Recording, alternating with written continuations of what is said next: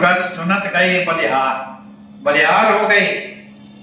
और गुरुदेव ने कहा कि अब तुम्हारा गोत्र वो नहीं रहा जो पौड़ी में रहा, अब आप अच्युत गोत्र के हो गए और वैष्णव हो गए।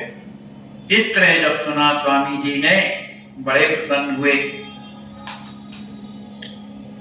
कलिमल हरण भव निधि तरण गुरुदेव की पावन कथा, कल्याण युत सुख शांति प्रद नासे सकल मन की व्यथा।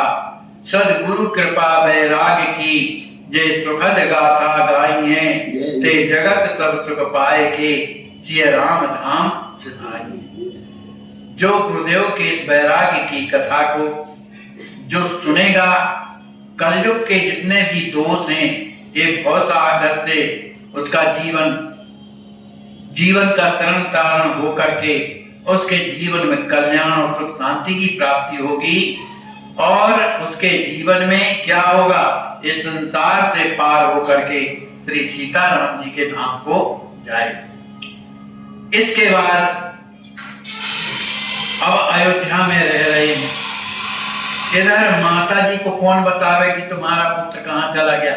आगे दुखी तो थे, उनको लग रहा था कि हो सकता है रीवा में हो सकता है खजवा में हो सकता है कहीं चला गया हो। तो कुछ दिनों तक माता जी ने ध्यान नहीं दिया, लेकिन जब काफी दिन हो गए तो माता जी को चिंता हुई कि आखिर दादू का पता नहीं है, कहाँ है, ना कोई खबर आ। तब क्या करें। अब उस समय जो है अगन का समय भी आ रहा था जिसमें समैया होती थी पौड़ी में। अब क्या करें। किसी तरह से उन्हें पता चला किसी के द्वारा कि वो तो अयोध्या में गए, अयोध्या में रहते और वो ऐसे नहीं रहते, विरक्त वेश उन्होंने धारण कर दिया। अब तो माता जी को बड़ा दुख लगा कि बताओ दादू ने बताया भी नहीं और विरक्त वेश धारण कर दिया, और अभी अभी विवाह होकर के आया है, नवीन बहू घर में बैठी है, उसको क्या समझ में आए, कुछ नहीं। आकर माता जी है क्या बोले। अब उन्होंने सोचा कि अब कुछ नहीं, अब मैं जाती हूं, गुरुदेव से कहूंगी। तो कुछ लोगों को साथ लेकर के और वे अयोध्या पहुंचती। उन्हें ये पता चल गया था कि वो राम कुंज में रहते हैं, इसलिए माता जी ने सोचा कि वो मेरी बेटी की ससुराल, किशोर जी को बेटी मां, मेरी बेटी की ससुराल है, उधर तो मुझे जाना भी नहीं चाहिए, और फिर वहां का भोजन करना ये तो और गड़बड़ है। तो अब जाना तो जरूरी इसलिए है कि किशोर जी की समैया आ रही है। तो उन्होंने घर से कुछ अपना आटा दाल सब कुछ बांध लिया, 2 4 6 दिन जितने दिन रहना बांध लिया। और इसके बाद वो कुछ लोगों के साथ में सीताराम शरण जो है, जो गुरु स्वामी जी के शिष्य थे, वे बड़े अच्छे शिष्य थे। वे आते जाते रहते थे, हमेशा ख्याल करते रहते थे। और उन्हीं के द्वारा ये पता भी लगा था कि स्वामी जी विरक्त हो गए। और उन्हीं के साथ माता जी अयोध्या आती है। अयोध्या में पहले आकर के जाकर के सरयू जी जाती हैं, और सरयू में सभी कोई 2 3 लोग थे, सबने स्नान बनाया। स्नान बनाने के बाद फिर सीधे राम कुंज को आती। राम कुंज के बाहर बैठ गई, मानी तो अंदर चले गए, क्योंकि बेटी का घर है इसलिए अंदर नहीं गई।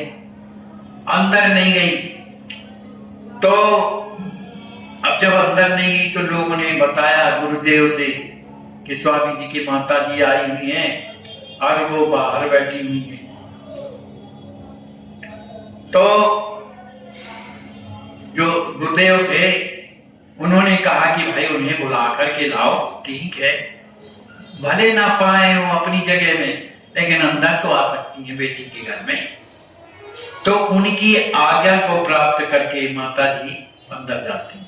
अब गुरुदेव की आज्ञा है, इससे बढ़कर के कुछ और थोड़ी। जाके चरणों में प्रणाम किया। प्रणाम करने के बाद माता जी के नेत्रों से आंसू बहने लगे, आंसू बहने लगे, रोने लगी। महाराज जी समझ गए कि ये तो इन्हीं के लिए रोती। तो कहा माता जी आप चिंता मत करें, मैंने उन्हें समझाया था लेकिन उनका जब मैंने दृढ़ प्रतिज्ञा देखी तो देना आवश्यक पड़ गया। पर आप चिंता न करें, आपकी पौड़ी की जो समैया है वो कोई बाधित ना होगी। जहां जो कार्यक्रम है वे सब जाएंगे और मैं उन्हें आज्ञा दूंगा। ऐसा कह करके माता जी को सांत्वना दिया। अब अपने स्वामी जी अपनी सेवा पूजा समाप्त करने के बाद जब गुरुदेव के चरणों में प्रणाम करने आए तभी माता जी को देखा। इसके बाद जो भी हो रहा था शोरगुल, उन्हें कोई मतलब अपने ध्यान में थे। आके माता जी के चरणों में प्रणाम किया। माता जी अपनी बाला की उस स्थिति को देख करके, अब तो स्वरूप बदल गया था, विरक्त हो गए थे। उस तरह की धोती पहने थे, बढ़िया सुंदर शिखा थी, तिलक लगा हुआ था, गौरांग स्वरूप और बड़े सुंदर लग रहे। देख करके माता जी की आंखों में आंसू आ गए और कहने लगे, दादू कुछ तो बता देता, तुमने मेरा दूध पिया है ना। अब ये माता जी और गुरुदेव के बीच की बात चल रही। तूने मेरे दूध को पिया है तो मेरा तुमने जो दूध का मोल है वो उसको चुका देगा तू? माने तुझमें क्षमता है तो चुका दे। अब स्वामी जी कुछ नहीं बोल रहे और माता जी सही तो कहती भाई, बुढ़ापे में सहारा किसका होता है? ये तो संसार की बात है ना भाई, बाला की तो होता है। अंत में स्वामी जी कुछ उत्तर न दे करके कहने लगे, माता जी बात सही कह रही हैं आप। कौन अपनी माँ के दूध का मोल दे सकता है? कोई नहीं दे सकता, तो मैं कैसे दे सकता हूं? पर माता जी मेरे ना रहने पर भी माता जी सब कुछ होगा। कौन किसका होता है, कौन कराता है, कौन नहीं करता है, ये मनुष्य नहीं कर सकता है। आपके यहाँ समैया होगी, सब कुछ होएगा। अगर मैं नहीं भी रहूंगा तो भी होए। कहा नहीं दादू, हम ये चाहते हैं, ठीक है साधु बन गए हो, ये मेरा तो अहोभाग्य है। क्योंकि जिस माँ का पुत्र यदि साधु बन जाए, भगवान का भक्त बन जाए, उससे बढ़कर के माँ का सौभाग्य क्या हो सकता है। तो मुझे इस बात की प्रसन्नता है कि तू साधु बन गया। पर बेटा एक बात ध्यान रखना, इस साधु भेष की लज्जा रखना, लज्जा रखना, इसको कलंकित मत कर दे। तो मेरा हृदय बड़ी प्रसन्नता में भरा रहे। और जिस तरह से साधु संत पौड़ी की समैया देखने आते हैं, उसी तरह से आप भी पधारा करो। मैं आपको रोकूंगी नहीं, क्योंकि मेरा अधिकार समाप्त हो गया। पर आप भी हमें। अब माता जी की उस बात को सुन करके स्वामी जी आखिर दुखी तो हुए। उन्हें अपने घर की भी याद आई, अपनी पत्नी की भी याद आई, और भी याद आने लगी। लेकिन उन्होंने अपने मन को भगवान में फिर लगा दिया। तो किसी तरह से अब उस समय आया, क्या घर का समय आया। गुरुदेव ने जब गुरुदेव के दर्शन जब करने गए तो कहा कि अब आपको जो है पौड़ी जाना है, क्योंकि वहां समैया होती है तो संतों की सेवा करना है। फिर के बाद खजवा में होती है, वहां भी करना है। फिर वहां रीवा में भी कुछ कार्यक्रम होता है। ये सब कार्यक्रम करने के बाद आप आए। गुरुदेव की आज्ञा लेकर के और जैसे ही स्वामी जी जाने लगे तो जो राम कुंज में सीताराम जी के जो स्वरूप बनते थे, लड़के लीला हुआ करते थे, तो उन स्वरूपों को यही पाठ सिखाया करते थे पंडित जी। और वो दोनों के दोनों बड़े सुंदर थे। तो उन्होंने गुरुदेव से प्रार्थना किया कि आखिर पौड़ी की समैया में स्वरूप तो बनाना ही पड़ता है, पर ये जो है पर मुझे भरोसा है ये बढ़िया पाठ करेंगे, तो आज्ञा हो तो ये दोनों स्वरूप मेरे साथ चले जाए। गुरुदेव ने कहा है बहुत अच्छी बात, ले जाओ। तुम स्वरूपों को लेकर के स्वामी जी अब पौड़ी आते। अब पौड़ी में आए हैं तो अब घर में नहीं जाना चाहिए भाई, ये शास्त्र विरुद्ध है ना कि घर में नहीं रहना चाहिए। तो जो वो काशी था जिसने स्वामी जी को जमीन दिया था, दादू भाई का नाम दद्दी, हाँ दद्दी भाई, वो आया, उसको पता चला। कहा स्वामी जी वहां पर कुटी तो बनी ही है, पहले से आप रहते रहे, अब उसी कुटी में आप रहिए और हम लोग आपकी सेवा करेंगे। तो स्वामी जी फिर वहां चले गए। हमेशा निरंतर वहीं रहते थे। अब इसके बाद क्या हुआ कि अब दूसरे दिन से समैया शुरू होने थी। इधर घटना क्या घटी कि पहले जमाने में आटा डालडा तेल इसकी पूरी नहीं बनती थी, शुद्ध की बनती। तो जिसके घर में भैंसें लगती रही तो उसको माता जी ने बयाना दे दिया शुद्ध घी का, एक टीन हमको शुद्ध घी चाहिए। उसने ले लिया और कल से समैया है, वो आज ही आकर के बयाना वापस कर दिया कि वो नहीं हो पा रहा। अब जब इस बात की पता स्वामी जी को लगी, बड़े दुखी हो गए। अरे माता जी, ये तो बहुत गड़बड़ हो गया, साधु संत आज से आना शुरू हो गए, अब घी नहीं है, कैसे कैसे उनकी सेवा होगी। तो उसी समय पर जब स्वामी जी रात में बैठे हुए थे और इसी चिंता में थे, उसी समय पर एक बालक आता है स्वामी जी के पास। बालक एक तुरंत आया और वो कहता है कि आप चिंता बिल्कुल ना करिए, शुद्ध घी आपका बिल्कुल रखा हुआ है, कल सुबह आ जाए। अब उन्होंने सोचा पता नहीं कौन है भाई, लेकिन जानते तो है कि ये चिंता किसको है, श्री हनुमान जी महाराज को। तो अब ये हुआ ये कि जो घी बेचने वाला था वो आया कहाँ, रीवा। और रीवा में जहां भी जाता घी लेने के लिए वो कम कीमत में मांगते। जब कीमत कम मानते तो अब काय को देगा भाई, मेहनत किया है उसने। तो एक व्यक्ति उन्हें मिल गया। अरे कहा ये तुम कहाँ किलो दो के शेर बेचते भागते हो, देखो इस समय पौड़ी में लीला हो रही है, तुम वहां जाओ, ये पूरा टीम तुम्हारा वहीं खत्म हो जाए। अब वो कोई और नहीं थे, श्री हनुमान जी महाराज थे, व्यवस्था तो उन्हीं को करना है। अब वो बस में बैठा, जब बस में बैठा तो रीवा से तो कंडक्टर ने पूछा कहाँ जाओगे, कहा पौड़ी जाएंगे। तो कहा पौड़ी जाएंगे, तो उसने समझा कि मैहर के पास की जो पौड़ी उधर जाना है, उसने मैहर के पास की पौड़ी का काट दिया। अब जब लोग आपस में चर्चा कर रहे थे बस में कि भैया आज से तो समैया शुरू है पौड़ी में और किशोरी जी का उत्सव मनाया जाएगा, बड़ा आनंद आएगा, हम लोग वहीं जाएंगे। उसने सुना, कहा भैया हमको भी तो चलना है। तो किसी ने कहा तुम तो वो पौड़ी जा रहे हो ना जो मैहर के आगे है। अरे कहा नहीं, हम जानकारी नहीं है हमको भैया अपने साथ ले चलो।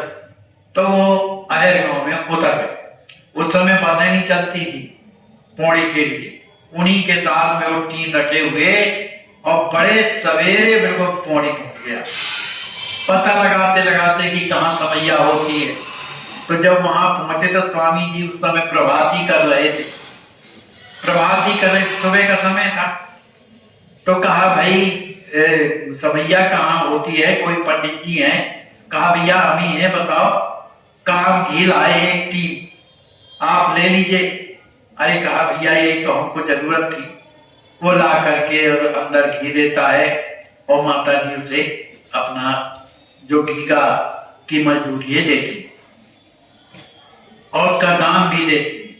देने के बाद अब समैया शुरू हो गई। समैया में साधु संत लोग आ जा रहे हैं और पौड़ी गांव के तो थे ही, सभी दर्शन करते थे। अगल बगल के गांव के लोग आ रहे हैं। ब्याह मने पौड़ी में श्री राज किशोरी जी का जब जन्म हुआ, सभी कोई आनंद में उनका दर्शन कर रहे हैं। श्री किशोरी जी का दर्शन करके सबके नेत्रों में आंसू बहने लगे। कभी किशोरी जी की ओर लोग देखते हैं तो कभी पंडित जी की ओर देखते हैं। दोनों को देख देख करके अपने आप को भाग्य की सराहना करते हैं कि हमारे गांव में ऐसे पंडित जी कम से कम पैदा हुए जिनके कारण कोई समैया देखने को मिलती। किसी तरह से सभी को उस लीला का दर्शन करने के बाद जब रात्रि होती है तब सभी लोग जो है तैयारी करते हैं। उस समय माता जी बढ़िया पूरी और साग बनाती थी और कुछ नहीं रहता था, पूरी साग बना देती, सभी लोग पाते थे।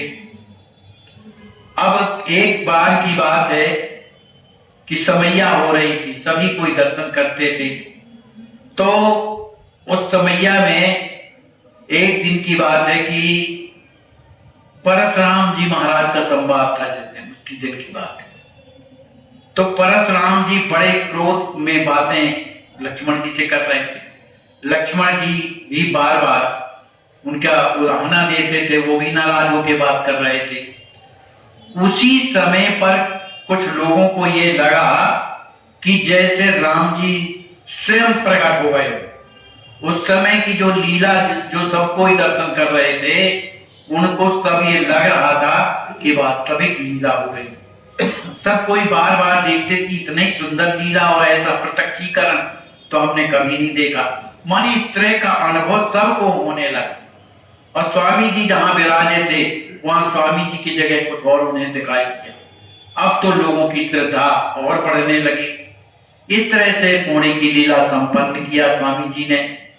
वहां के संपन्न करने के बाद फिर इसके बाद खजवा आते हैं, और खजवा में आकर के और वहां की भी लीला उन्होंने कराई। लीला कराने के बाद फिर इसके बाद जो उनके वैद्यराज थे राम प्रसाद जी, उनके यहाँ जाते हैं उपरहटी में। उपरहटी में जब जाते हैं तो वहां भी जब लोगों को पता चला तो लोग उनका दर्शन करने के लिए आते हैं। अब वहां इतना आनंद लोगों को आता था, तो जो वैद्यराज जी थे उन्हें भी ये लगा कि ऐसे महापुरुष को छोड़ करके कहां हम जाए। उन्होंने भी गुरुदेव से प्रार्थना की कि मुझे भी अपना दास बना। तो स्वामी जी ने उन्हें भी अपना कृपा पात्र बना दिया। अब तो आनंद ही आनंद के अलावा कुछ नहीं, जहां तक देखो आनंद ही आनंद फैला हुआ है। एक बार सुनती रही पौड़ी बचन समार, देना हो तो दीजिए पूरा आज आहार। माने ये किसकी बात? माता जी की बात आ गई। माने पौड़ी आए तो पौड़ी में आकर के और माता जी से इसी तरह से कहने लगी। और वो दूध वाली चर्चा फिर से आ गई, जो दूध स्वामी जी ने के लिए कहा। अब चूंकि माता जी के हृदय में वेदना है कि बालक सबको छोड़ करके चला गया, तो स्वामी जी से फिर से कहती है, सुनत बचन बोले कर जोरी, क्षमा करो माँ गलती मोरी। मुझसे गलती तो जरूर हो गई है कि मैं आपके दूध का जो मोल है चुका नहीं पाया। स्वामी जी निरुत्तर हो गए, लेकिन उनके नेत्रों से अश्रु बरसने लगे। खजरी ताल रोग पहुंचाए, भवन शोक के बादल छाए, सदगुरु चरण जाए प्रभु बंदे, देख भाव अति भय आनंदे। अब उनके हृदय में आया कि चलो मैं गुरुदेव का दर्शन करने जाऊं। जो पुराने गृहस्थ गुरु थे उनका दर्शन करने के लिए पौड़ी में आ जाते थे, उनका दर्शन करने के लिए खजूरीता में आते, तो वहां जाते हैं, उनके चरणों में प्रणाम करते हैं। गुरुदेव उन्हें देख करके बड़े प्रसन्न होते हैं, और उनका जो वेश जो साधु का है उसे देख करके उन्होंने अपने पास में बैठा दिया, अलग से आसन दिया और वहां पास में बैठा। अब गुरुदेव कहते हैं, बेटा इतनी जल्दी भेष क्यों कीना, साधु स्वभाव जाए गए नीना। अरे तुमने इतनी जल्दी जो है विरक्त वेश धारण कर लिया और साधु का स्वरूप धारण कर लिया। राम कथा कीर्तन नियम बाल काल से जा। आप तो बाल्यावस्था से ही राम की कथा कहते हैं, कीर्तन करते रहे हैं। बिना वेश ही साधु सम करत समैया। अरे बिना वेश के ही तो आप साधु थे, समैया करते रहे। ऐसा कह करके गुरुदेव को लगा, वो जानते हैं कि इसने जो कुछ किया है तो सही किया, लेकिन एक ममता होती है, एक प्रेम होता है। गुरु का वात्सल्य प्रेम शिष्य पर बहुत होता है। आज चाहे वो डांटे चाहे फटकारे, लेकिन इतना ममत्व रहता है इसका जीवन न बिगड़ने पाए, ये सुखी रहे, इस तरह के भाव रहते हैं। गुरु जी कहते ठाकुर जी करिए सदा सकल धर्म निर्वाह, शरणागत रक्षक करत भक्त परवाह। शरणागत की स्वयं भगवान परवाह करते हैं, तो अब जो ठाकुर जी करेंगे तो होएगा। इस तरह की बातों को सुनकर के पंडित जी बार बार गुरुदेव के चरणों में प्रणाम करते हैं और प्रणाम करने के बाद फिर इसके बाद पौड़ी आते हैं। पौड़ी से माता जी से प्रार्थना दंडवत प्रणाम करने के बाद फिर चले जाते हैं कहाँ, खजवा। जब खजवाए आते हैं तो खजवा में भगवान को दंडवत प्रणाम करते हैं। प्रणाम करने के बाद फिर वहां से रीवा जाते हैं। रीवा में गुरुदेव भगवान का जन्म उत्सव मनाया जाता है। सदगुरु जन्म महोत्सव सब भक्तन को प्राण, लक्ष्मी निधि युवराज संग लखत होत कर जा। अब चूंकि लक्ष्मी निधि के स्वरूप ही थे, सबको कुछ अनुभव होता था, तो गुरुदेव का जन्मोत्सव वहां पर मनाया गया। उस समय फिर आषाढ़ जब लगा तो सभी कोई गुरुदेव का पूजन करते हैं। सभी भक्त बड़े आनंद में भरे हुए हैं। फिर वहां से स्वामी जी पौड़ी आते हैं। अब पौड़ी में क्या है, श्रावण का महीना चल रहा है।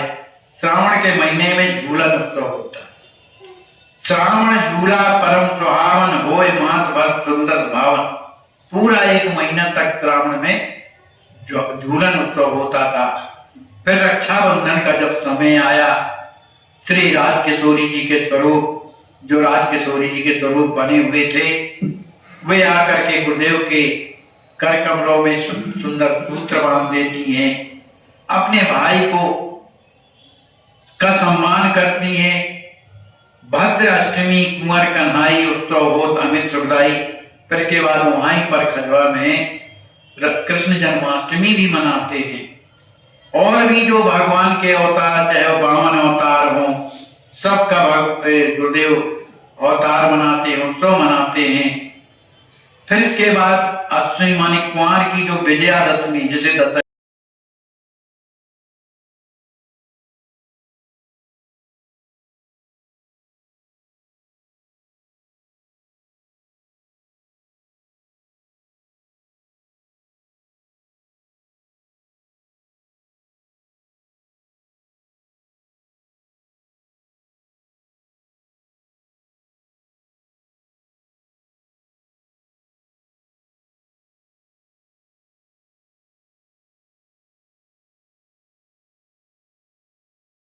आज तीसरा दिन है कि चौथा दिन है भर्ती हुए आपको? हाँ, चौथा दिन है। चौथा दिन हो गया। हाँ जी।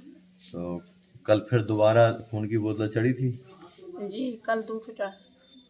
तो अब कैसा लग रहा है? थोड़ा अच्छा लग रहा है? हाँ, थोड़ा अच्छा लग रहा है। अभी एक बोतल डॉक्टर साहब अभी और लिख दी है। परसों रोज गिर गए थे। अच्छा। अभी लाई रही हूँ बैठने वाला, हम बैठी नहीं रहे थे, होश नहीं था। तो फिर वहाँ ऊपर ले चलो, वहाँ पर वहाँ ले गए। ढोल डाल हो गया, ये कहीं बैठे, हम कहीं धो न पहले, तो धोए तो पोछे, तो फिर यहाँ लाई। अच्छा, कुछ भूख लगती है एक दो रोटी की? हाँ, भूख लगी। अच्छा, कल कुछ पाई थी? कल तो बोतल चढ़ती रही, खिला रहा था तो? कल खीर लाए, कोई आधा हम पाया था, ये पाई। अच्छा। हम रात में नहीं पा रहे थे, डॉक्टर बोला, औरत डॉक्टर बोली कि हमारा नौकरी चल जाएगा, तो तुम नमकीन खाओ। हाँ, शरीर में नमक जा।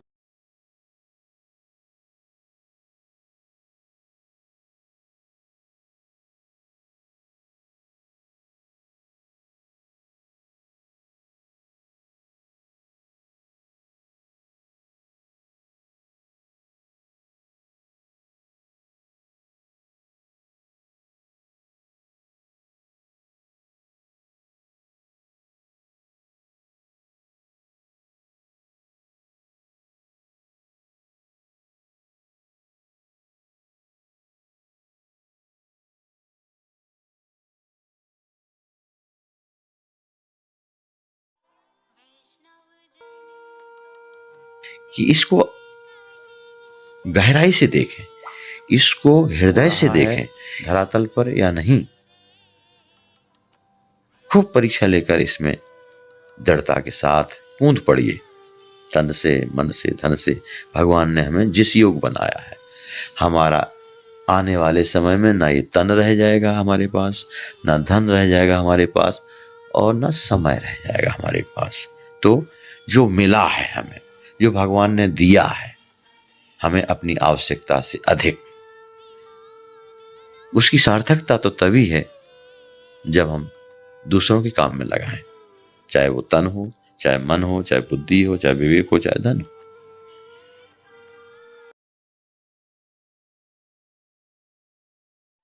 आपकी अस्वस्थ संत सेवा ट्रस्ट के द्वारा इन्हें लखनऊ मेडिकल कॉलेज भेजा गया है ऑपरेशन के लिए। बहुत कष्ट है, बिना ऑक्सीजन के इनके प्राण नहीं रह सकते हैं।